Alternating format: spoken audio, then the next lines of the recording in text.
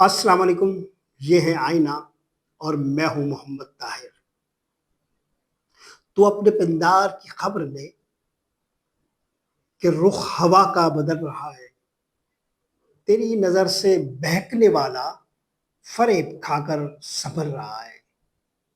Supreme court میں انصاف کی دیوی نے انگڑائی لی ہے۔ 26ویں اور 27ویں ترمیم سے بچ جانے والی عدلیہ کے وہ ججز جنہیں اب تک آزاد ججز سمجھا جاتا ہے، آج انصاف کا سب سے بڑا گیت انہوں نے سنایا ہے۔ پاکستان کے حوالے سے جو مایوسی اور ناامیدی پھیل رہی تھی، کچھ اس کا تدارک ہوا ہے۔ آج سپریم کورٹ میں 3 رکنی بینچ نے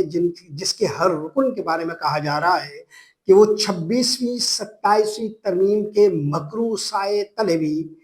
انصاف کا کوئی نہ کوئی جگنو بیدار رکھتے تھے، جگائے رکھتے تھے،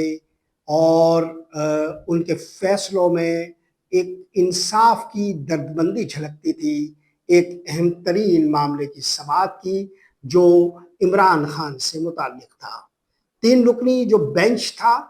وہ جسٹس شاہد وحید کی سربراہی میں تھا، اور اس کے باقی 2 ججز جسٹس نعیم اختر افغان اور جسٹس اشتیاق ابراہیم تھے۔ عمران خان کی صحت سے متعلق انہوں نے جو سماعت کی اور جو مختصر آرڈرز لکھوائے، اس میں جو سب سے بڑی خبر بنی وہ یہ کہ سپریم کورٹ کے آزاد ججز نے اپنے ابتدائی آرڈر میں عمران خان کو شفا ہسپتال منتقل کرنے کا حکم دیا۔ نہ صرف یہ بلکہ یہ بھی کہا کہ ایک میڈیکل بورڈ تشکیل دیا جائے جس میں عمران خان کی بہن جو خود ایک معالج ہے، ڈاکٹر ہے، ڈاکٹر عظمیٰ خان، اور عمران خان کے ذاتی معالج کو بھی اس میں شامل کیا جائے۔ سپریم کورٹ کے اس ابتدائی حکم کے پس منظر اور پیش منظر میں پاکستانی سیاست اور اس کے بندوبست کے حوالے سے کچھ سوالات موجود ہیں۔ وہ سوالات میں سب سے آخر میں رکھوں گا، مگر سپریم کورٹ کے اندر جو سماعت ہوئی اس کی کچھ تفصیلات میں آپ کے گوش گزار کرنا چاہ رہا ہوں۔ آج کی سماعت کے حوالے سے جو اہم ترین کارروائی تھی اس کے کچھ نکات میں نے یہاں آپ کے لیے نوٹ کیے ہیں۔ جسٹس شاہد وحید صاحب نے وہاں ریمارکس دیے کہ میڈیکل رپورٹس کے مطابق بانی P T I Imran Khan کی نبض نارمل نہیں ہے اور نہ ہی ان کا دل نارمل ہے، یعنی ان کے دل کی جو دھڑکنیں ہیں وہ ہموار نہیں ہیں، نارمل نہیں ہے۔ دوران سماعت وکیل نے جیل کے باہر میڈیا سے گفتگو نہ کرنے کی یقین دہانی کروائی۔ ظاہر ہے یہ سب سے بڑا کنسرن ہے جو موجودہ حکومت کو ہے، اسٹیبلشمنٹ کو ہے، کہ جو بھی عمران خان سے متعلق بات ہوتی ہے پبلک میں اس کا ایک اثر پڑتا ہے، لہٰذا یہ ایک کنسرن ہے جس کو سپریم کورٹ میں ایڈریس کیا گیا۔ مگر جو بنیادی بات تھی وہ یہ کہ جو کیس کی سماعت جیسے ہی شروع ہوئی اور جو اس پٹیشن کے وکیل تھے عزیز بھنڈاری صاحب، انہوں نے جو بنیادی مسئلہ اٹھایا وہ ڈاکٹر عظمیٰ خان اور عمران خان کے ذاتی معالج کو میڈیکل بورڈ میں شامل کرنے کا اٹھایا تھا، اور کہا تھا کہ اس جو بھی ملاقات ڈاکٹر عظمیٰ صاحبہ اور جو ان کے ذاتی معالج ہے وہ عمران خان سے کریں گے، اس کی کوئی میڈیا ٹاک نہیں ہوگی۔ بہرحال جسٹس شاہد وحید نے اس موقع پر ریمارکس دیے کہ میڈیکل رپورٹ سے بتاتی ہے کہ بانی کے یعنی عمران خان کے جیل میں اعضاء متاثر ہونا شروع ہو گئے ہیں اور وہ ایک ذہنی اضطراب کے شکار ہے۔ آگے یہ بھی بات ہوئی کہ شاید اس لیے بھی ہے کہ عمران خان کی فیملی کی ملاقات نہیں ہو رہی، عمران خان شاید قید تنہائی میں ہے، لہٰذا اگر یہ ملاقاتیں ہوں تو یہ اضطراب بھی دور ہو سکتا ہے۔ بہرحال اس موقع پر جو اہم ترین نکتہ تھا وہ یہ کہ جسٹس شاہد وحید صاحب نے سوال اٹھایا کہ آپ ہمیں عمران خان کی جو علاج معالجے کی میڈیکل رپورٹس ہے وہ مہیا کیوں نہیں کر رہے؟ ہمیں جو مہیا کیا گیا ہے وہ ایک میڈیکل سمری ہے، یعنی ان تمام رپورٹس کا ایک سینوپسس، ایک خلاصہ یہاں پیش کر دیا گیا ہے۔ تو جو مواد ہے اوریجنل اور جو میڈیکل رپورٹس ہیں وہ یہاں پر کورٹ میں پروڈیوس کی جائے۔ تو اس پر ایک مختصر حکم نامہ بھی دیا گیا اور تمام وہ ریکارڈ جو عمران خان کی ہیلتھ سے متعلق ہے، ان کے طبی معاملات سے متعلق ہے، وہ جمع کرنے کی تاکید کی گئی۔ اس موقع پر جو سب سے اہم ترین مکالمہ تھا وہ بینچ کا ایڈوکیٹ جنرل اسلام آباد سے تھا، اور یہ ایک بنیادی مکالمہ ہے۔ ایڈوکیٹ جنرل اسلام آباد نے جو حکومت کی اور ریاست کی موجودہ سوچ ہے اس کی عکاسی اور غمازی کرتے ہوئے جو فقرہ کہا، یہ وہ سوچ تھی جس پر جسٹس شاہد وحید نے ایک سوال اٹھایا کہ اگر وہ قانون کی خلاف ورزی کر رہے ہیں تو آپ بھی کریں گے۔ پھر انہوں نے کہا کہ عمران خان کی بہنوں سے جو ملاقات ہے وہ کوئی رعایت نہیں ہے جو آپ دے رہے ہیں، یہ ان کا بنیادی حق ہے اور ریاست کا کام نہیں ہے کہ وہ خلاف ورزی کرے۔ یہ جو مکالمہ ہے یہ ریاست اور فرد کے تعلق کی نمائندگی کرتا ہے۔ ہماری ریاست جس حال میں پہنچی ہے وہاں وہ فرد کے حقوق کو اپنے غاصبانہ مقصد کی تحویل میں رکھتے ہیں، جبکہ فرد کا ریاست سے جو تعلق ہے اور ریاست کا فرد سے جو تعلق ہے وہ جس کانٹریکٹ کی بنیاد پر ہے، اس میں ریاست کبھی بھی کسی فرد کے ظلم اور جبر کی آئینہ دار نہیں بن سکتی۔ اگر آپ اس مکالمے کی گونج کو فلسفے میں تلاش کرنا چاہیں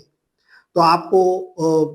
سقراط کے زمانے میں جانا پڑے گا، جب سقراط حوالے زندہ تھا اور وہ کچھ اسی نوعیت کے سوالات اٹھا رہا تھا۔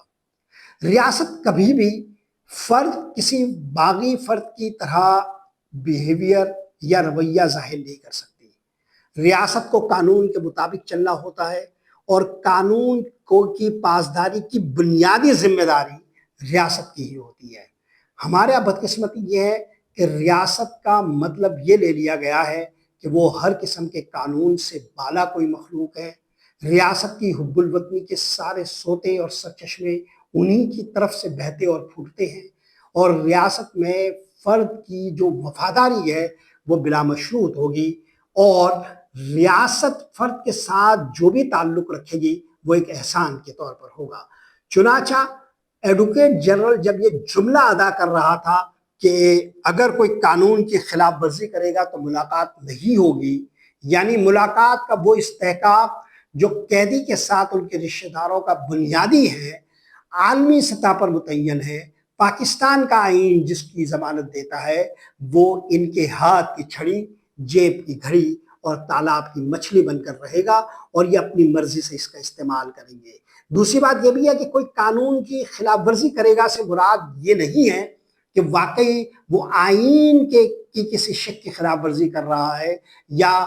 مروجہ قانون کی خلاف ورزی کر رہا ہے، بلکہ اس سے مراد یہ ہے کہ ریاست کے نمائندے، حکومت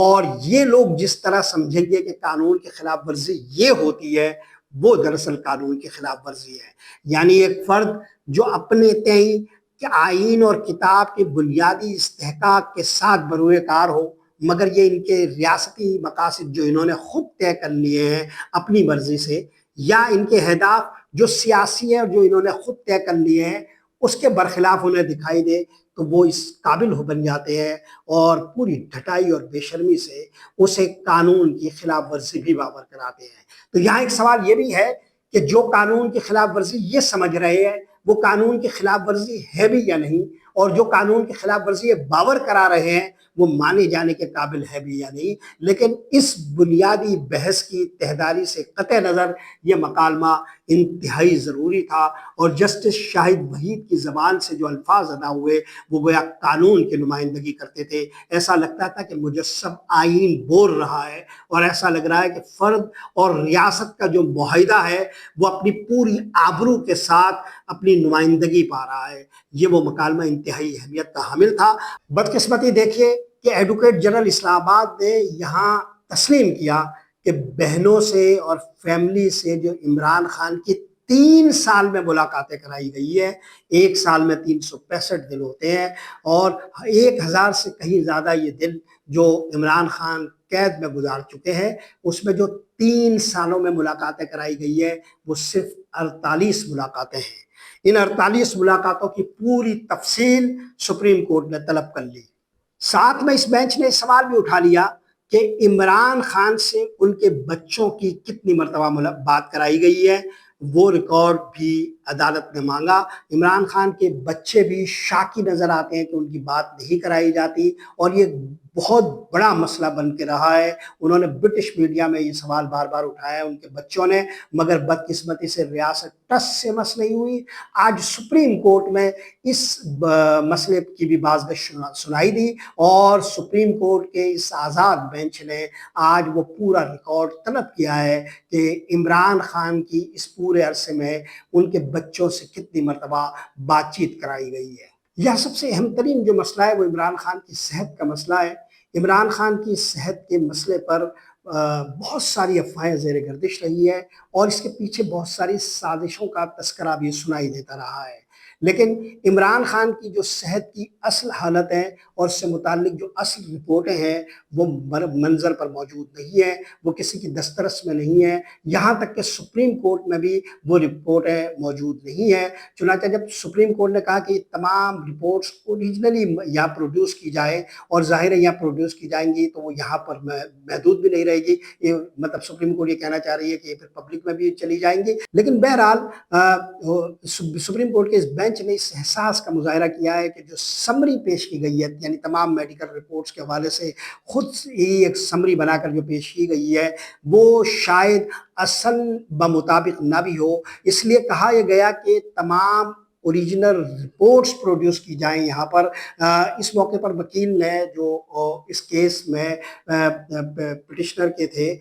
उन्होंने ये सवाल उठाया कि जो इमरान खान का ब्लड क्लॉट बन रहा है, ये बहुत अहम तरीन मसला है, इसकी वजह सामने आनी चाहिए। इमरान खान के जो वाइटल ऑर्गन्स हैं वो मुतासिर हो रहे हैं, दिल का इस्तिराब भी उनका एक मसला है, उनका ब्लड प्रेशर का भी मसला है, इस तरह के मामलात हैं। लेकिन ये जो बीमारियां हैं ये जाहिर करती है कि इमरान खान को जिस कंडीशन में रखा गया है, जिन हालात में रखा गया है, वो हालात उन पर बहुत बुरी तरह असरअंदाज हो रहे हैं। बहरहाल ये तमाम मेडिकल रिपोर्ट्स अब अदालत का हिस्सा बनेंगी।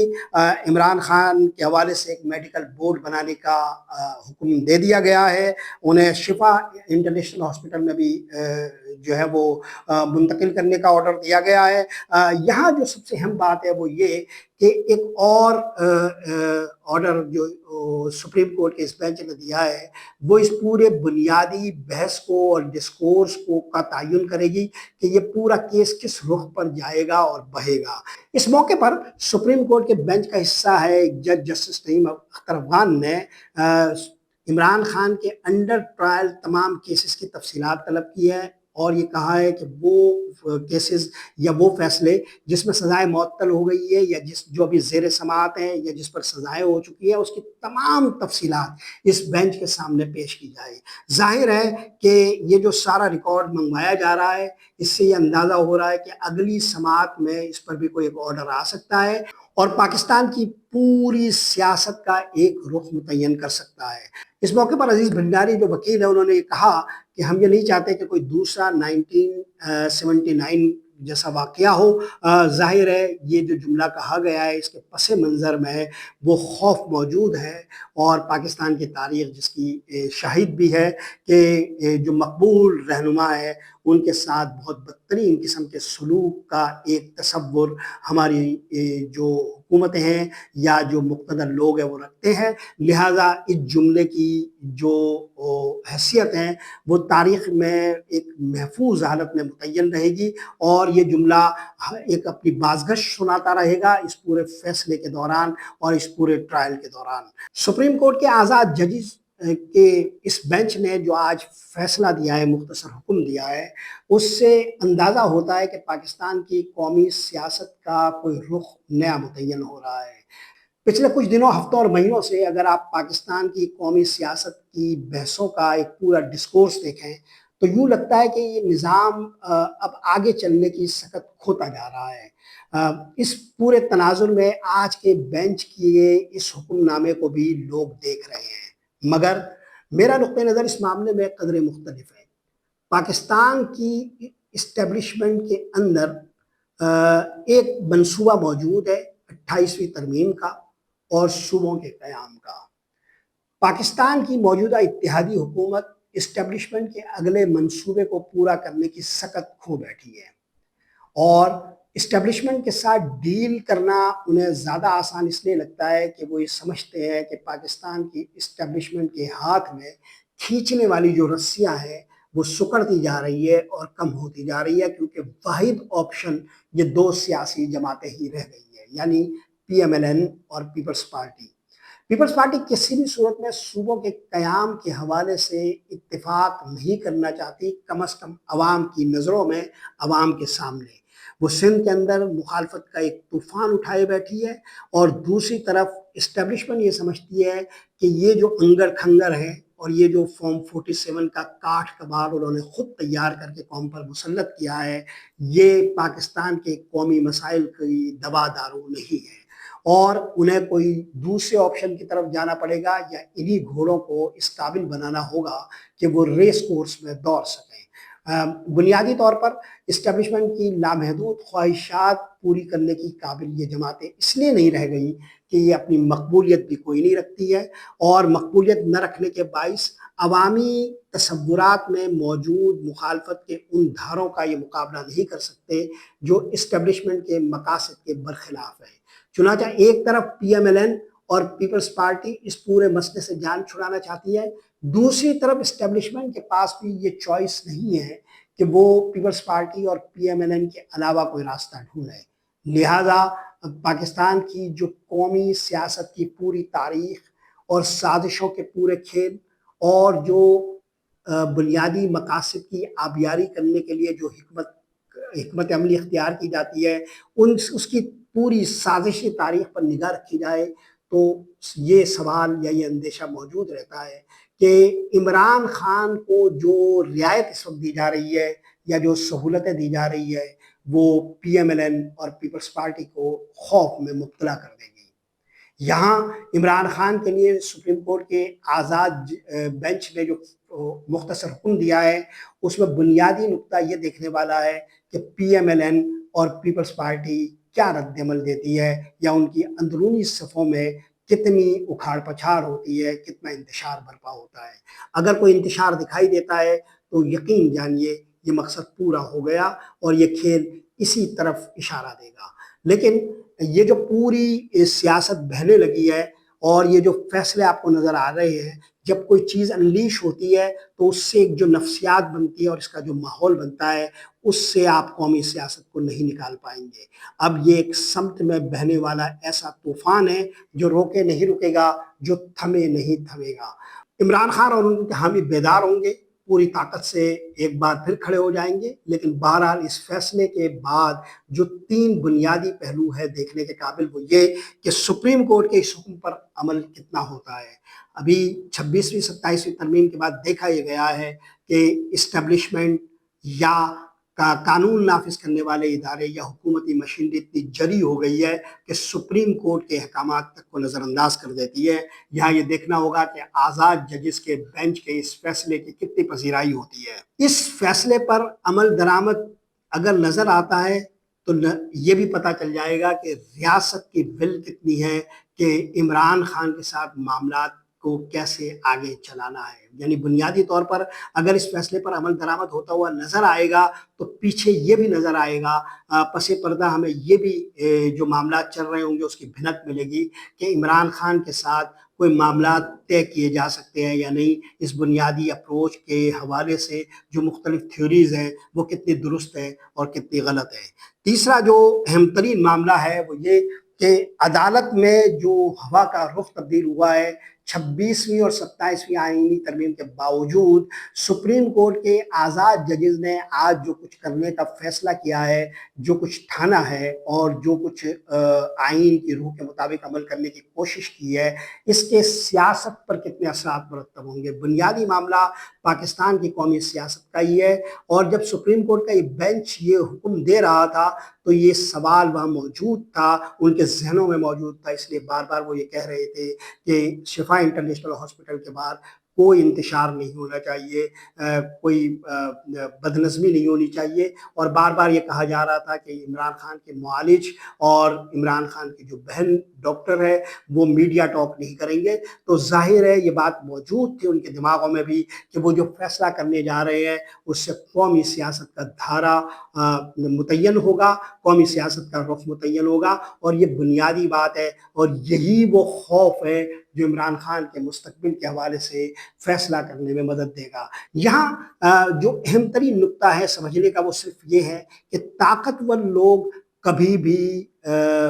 اصولی اور اخلاقی طور پر معاملات کو طے نہیں کرتے، وہ مجبوری سے، لاچاری سے، عاجز ہو کر اور بند گلی میں پہنچ کر ہی کوئی فیصلہ کرتے ہیں۔ آج کے لیے یہی کچھ۔ محمد طاہر کو اجازت دیجیے، اللہ نگہبان۔